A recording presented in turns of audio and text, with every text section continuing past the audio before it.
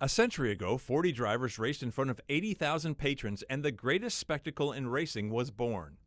It's no coincidence that the Indy 500 shares its centennial with Chevrolet. The Chevrolet brothers raced in the first Indy 500, which would lead them to launch their own line of cars later that year. Louis and Arthur, they ran at the Indianapolis Motor Speedway in 1909 and 1910 when they were still employed by Buick. They were drivers and engineers for Buick. And in fact, by the time the first 500 had rolled around, Louis Chevrolet was actually parked by David Dunbar Buick because he was too valuable as an engineer. And so Arthur drove one of the cars in the 1911 500, and Louis was to stand by as a relief driver, but he didn't actually drive in his first 500 until 1915. The relationship of Chevrolet and the Brickyard has blossomed since their shared inception.